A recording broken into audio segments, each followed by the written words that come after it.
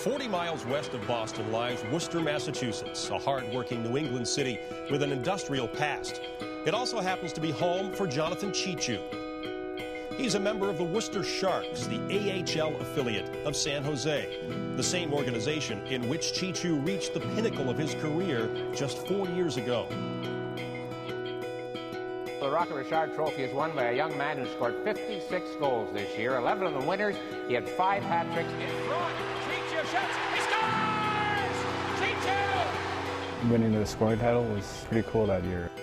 I can always say I did that, and you know, beat some guys that were pretty good scorers too. So, you know, it was definitely a pretty proud moment for me. I know, you know, my parents and everyone back home were really excited about that as well. His meteoric rise to the top of the NHL was the climax to a storybook tale. Humble beginnings in the remote village of Moose Factory, Ontario, did not stop Jonathan Cheechoo from trying to become the first Cree to make it to the NHL. It was a dream he spoke of at only 12 years of age. Growing up in Moose Factory, my hometown was a very hockey-oriented town. You know, once I decided to play hockey, I had a lot of support.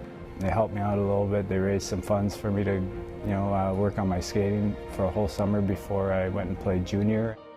I owe them a lot. They really get behind you and they know how to support people. I wrote an essay when I was in grade 7, I think.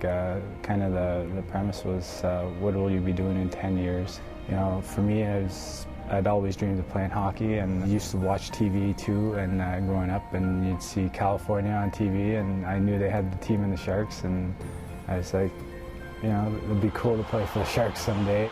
For the most part, the main part of the story came true, and you know, 2002, I'd actually made the Sharks that year, and you know, was able to play. So it goes to show, if you dream, something can happen.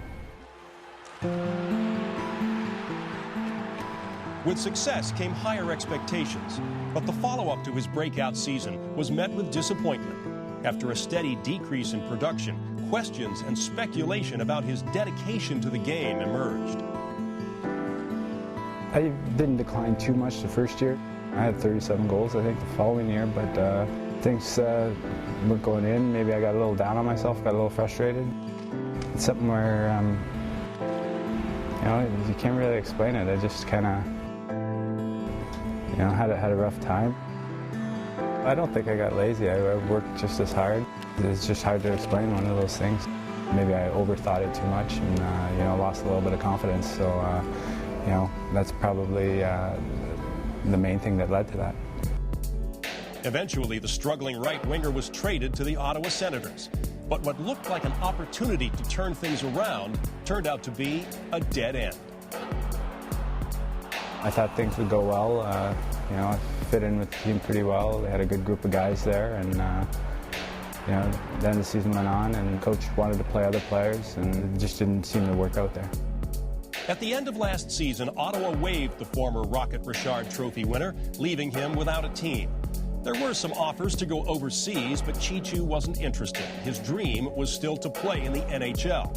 At the start of this season, another door opened when the Dallas Stars invited him to training camp for a tryout. I went to Dallas hoping to win a job. Went in there and, you know, I thought I had a good camp. I thought I played well. Obviously, it's production-based too. I didn't score any goals, and I had 2 exhibition games, I think, and it probably contributes to it. But, you know, for them, I think they were looking to go with younger players or players that were in their organization already.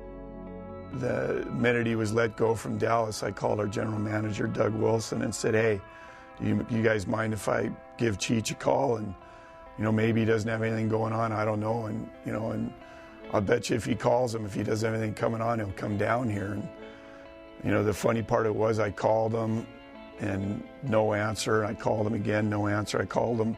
Then I kept leaving a message on his voice. And I said, I'm going to call you every day till you at least tell me that you're not interested or you're not there. And so finally he calls me back and he goes, hey, Roy, this is Cheech. And he goes, sorry to get back to you, but when I found out I was let go from Dallas, I threw my phone against the wall and it broke, and I didn't have a new phone, so that's why I didn't get back to you in a week. So, you know, he called back and You know, the next day was a Worcester Shark.